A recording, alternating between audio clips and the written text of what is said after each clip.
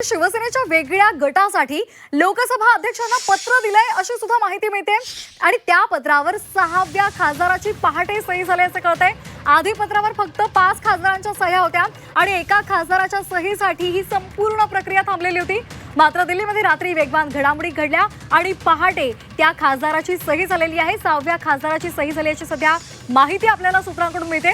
ओमराजे निंबाळकर रात्री उशिरा दिल्लीत गेले आणि तिथे त्यांची चर्चा झाली आणि त्यांनी सही केल्याची माहिती सध्या झी24 तासला सूत्रांकडून मिळाली आहे। या सहीनंतर वेगळ्या गटासाठी लोकसभा अध्यक्षांना पत्र दिल्याची सुद्धा माहिती सूत्रांकडून मिळाली आहे। तर ओमराजे निंबाळकर काल रात्री दिल्लीला गेलेले आहेत। ओमराजे निंबाळकर यांचं सुद्धा बराच वेळ तळात मळात होतं, मात्र आता काल रात्री ते दिल्लीत पोहोचलेले आहेत आणि रात्री 1 वाजता खासगी विमानानं पुण्याहून ते दिल्लीमध्ये पोहोचलेत। तर श्रीकांत शिंदेंच्या नावानं 2 विमानं होती अशी माहिती सूत्रांकडून कळतेय। काय नेमक्या सगळ्या घडामोडी काल रात्रीपासून घडत होत्या आपण एकदा सगळं ग्राफिक्सद्वारे पाहूया। ओमराजे निंबाळकर काल रात्री पोहोचलेत दिल्लीमध्ये, तर रात्री 1 वाजता खासगी विमानानं पुण्याहून ते दिल्लीला रवाना झाले।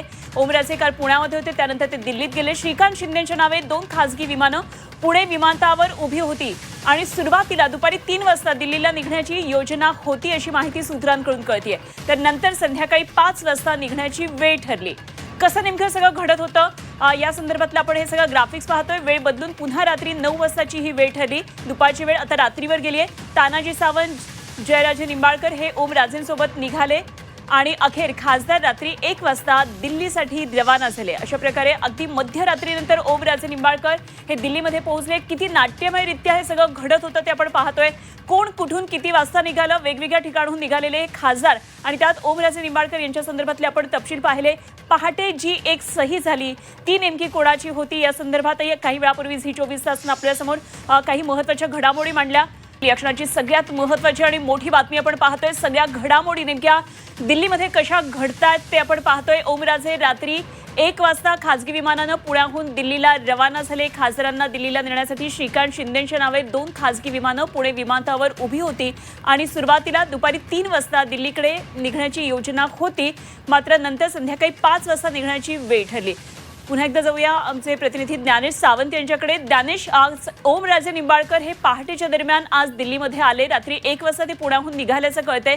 काय नेमक्या सगळ्या घडामोडी ओमराजेंबाबत घडत होत्या?